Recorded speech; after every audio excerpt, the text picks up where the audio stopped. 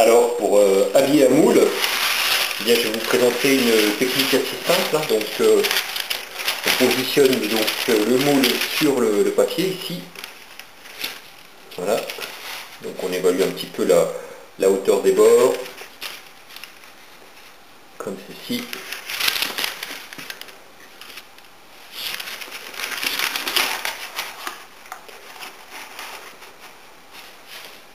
Avec un couteau, on peut tracer une ligne virtuelle, comme ça.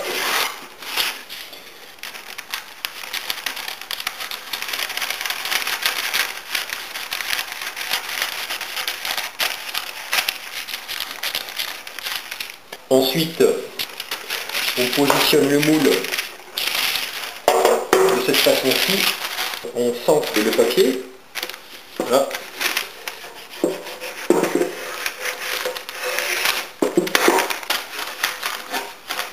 On peut repérer les angles du moule de cette façon-ci.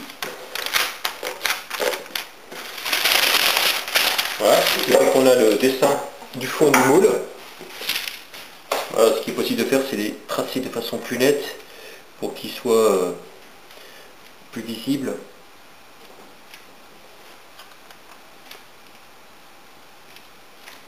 On peut le faire avec un crayon aussi. Et de cette façon-là, on peut plier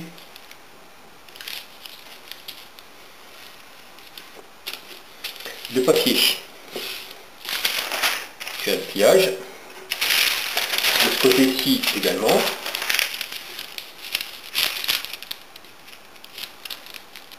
Voilà, on positionne bien le repère à l'endroit du pli. Comme ceci. Également pour les petits côtés.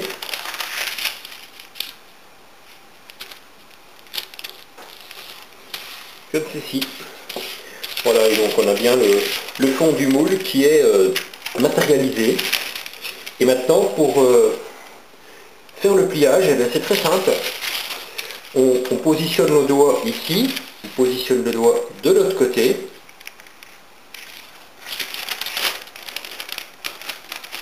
Voilà, ce qui occasionne un pli à cet endroit-là.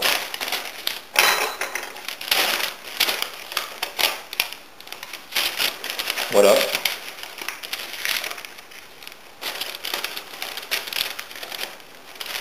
Et on peut effectuer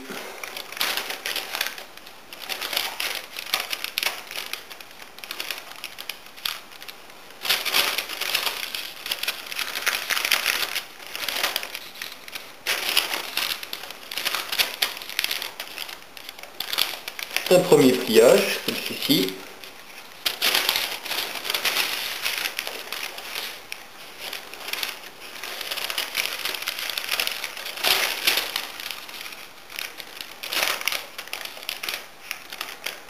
Il faut veiller à ce qu'on soit bien dans l'alignement.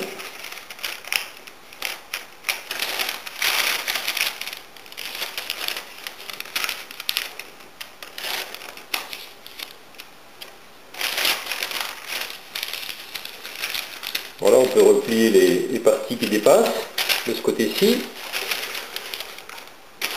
On procède de la même façon de l'autre côté.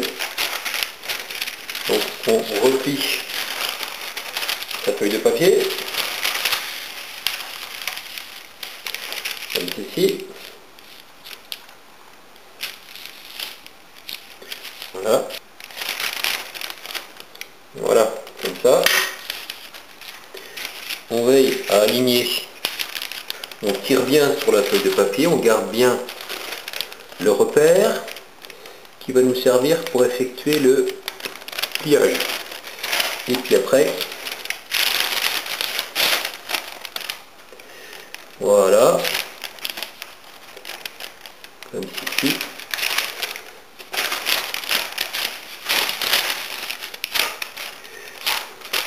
Voilà, on repère bien le petit point, comme ça. On veille à bien aligner le pliage, comme ceci.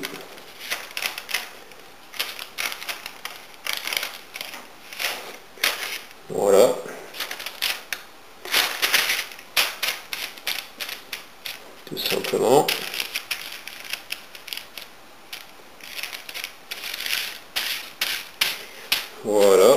Et la partie qui dépasse par rapport au repère d'à côté, et on le replie, on pourra le recouper après. Voilà, on procède de la même façon pour l'autre côté. Donc pareil,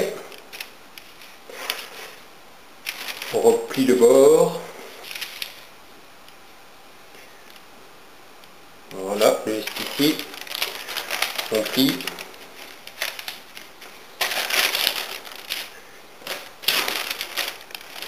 On redresse le papier.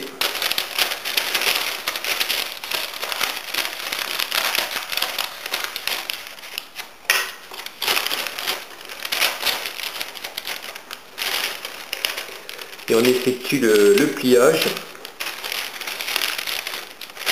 dans le prolongement du pli.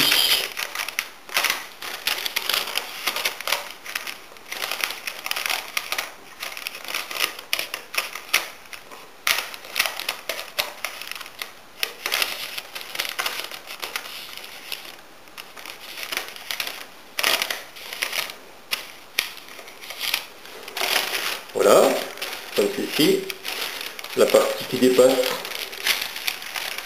Donc là, j'ai ma diagonale qui va bien au centre, donc c'est bon.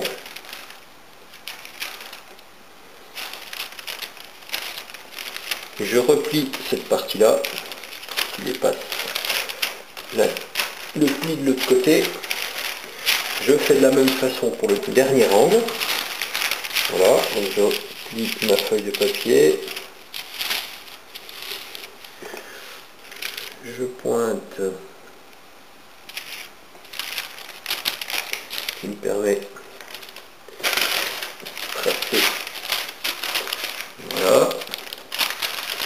Ensuite, donc je plie, j'effectue mon pli pour l'amener, voilà, sur l'intersection et dans le prolongement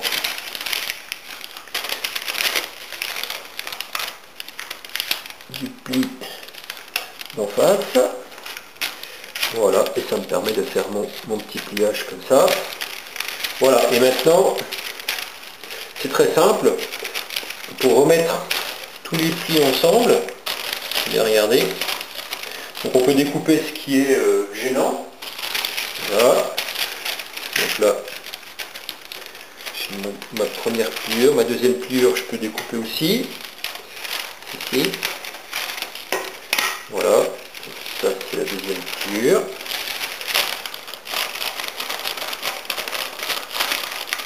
Troisième pliure.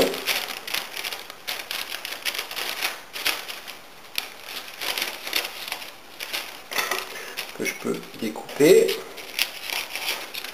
Voilà. Et dernière pliure que je peux découper aussi.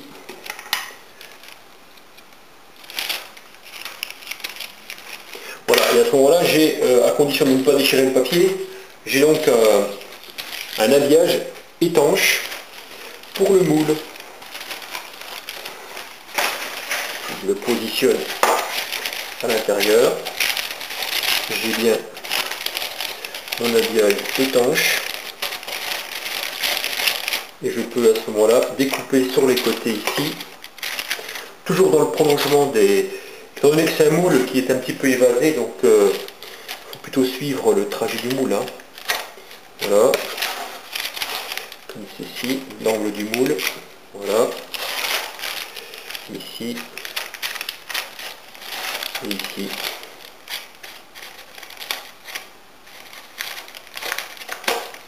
Voilà. Et donc je peux même récliner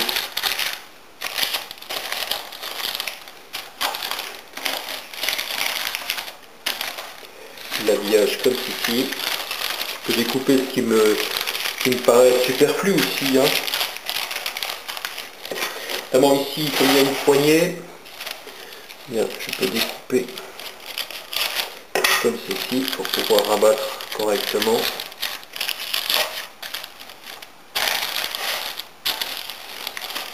Voilà. Et voici donc un habillage étanche pour un moule qu'on peut utiliser à la fois pour faire du savon ou pour faire de la pâtisserie en fait, hein. Donc là je vais vous montrer l'usage, on va dire que c'est éventuellement de la pâte de savon. Donc je vais vous montrer le coulage. Donc imaginons que ce soit une pâte à savon, mais là c'est du pain d'épices en fait, aux mandarines. La pâte est plus ou moins liquide quand on veut faire du savon plus liquide, avec par exemple 38% de volume d'eau par rapport aux huiles.